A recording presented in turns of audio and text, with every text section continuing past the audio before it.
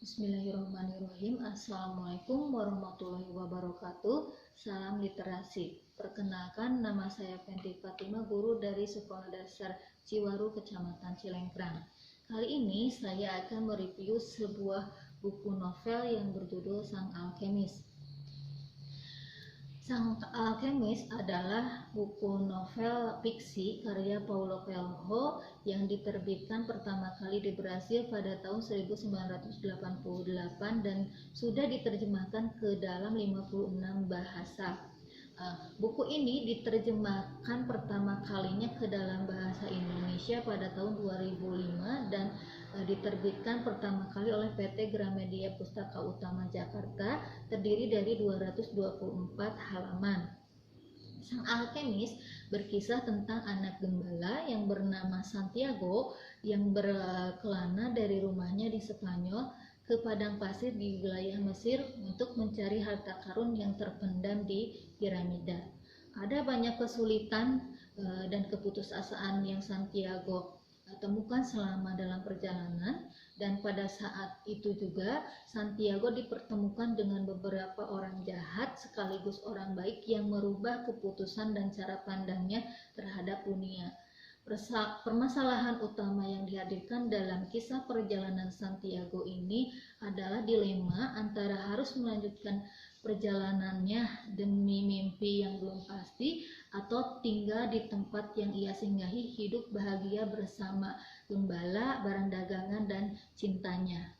Singkat cerita, suatu saat ketika Santiago sedang mengembalakan domba-dombanya, Santiago bermimpi tentang harta karun. Harta itu berada di sekitar piramida padang pasir Mesir. Mimpi itu datang berulang-ulang kepada Santiago sehingga membuat Santiago penasaran. Santiago pun mencari tahu tentang arti mimpi yang terus-menerus berulang kali datang pada dirinya. Sehingga Santiago mendatangi seorang wanita tua Gypsy atau kalau di kita itu disebutnya peramal. Santiago menceritakan atau ingin menanyakan kepada wanita tua itu tentang mimpinya. Ternyata Santiago diberikan petunjuk oleh sang wanita Gypsy itu untuk mengejar mimpinya. Tetapi wanita Gypsy itu meminta 10% dari harta karun yang nantinya ditemukan oleh Santiago. Nah, Santiago pun tidak percaya dengan wanita Gypsy itu. Nah, di dalam perjalanan dia bertemu dengan seorang lelaki tua yang dia mengaku seorang raja. Nah, Santiago begitu yakin pada raja itu karena tanpa dia berbicara, terus apa yang dia pikirkan, si raja itu sudah mengetahuinya. Nah, sang raja memberikan petunjuk untuk Santiago untuk menggapai mimpinya atau meneruskan mengejar mimpinya. Nah, sehingga Santiago menjual semua gembalanya, sebuah domba-dombanya untuk memberikannya 10% kepada sang raja, dan sisanya dia pergunakan untuk perjalanannya mengejar mimpinya. Nah, akhirnya Santiago memulai petualangan ke dunia yang asing.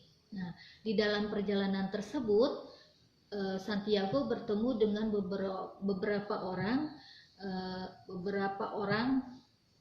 dan beberapa kejadian, sehingga yang terakhir Santiago bertemu dengan orang Inggris yang memiliki tujuan yang sama ke padang pasir tapi dengan misi yang berbeda. Kalau orang Inggris itu ingin mencari sang alkemis, kalau Santiago ingin mengejar atau mencari harta karun yang ada di sekitar piramida. Nah, di dalam perjalanan itu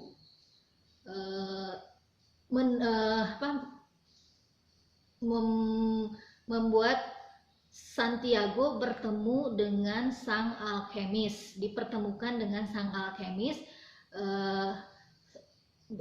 Singkat ceritanya, sang alkemis melanjutkan perjalanannya dengan Santiago. Sebelum mencapai piramida, sang alkemis menunjukkan keahliannya mengubah besi menjadi emas, dan si emas itu diberikan kepada Santiago untuk perjalanannya menempuh piramida yang tujuan dari awal Santiago.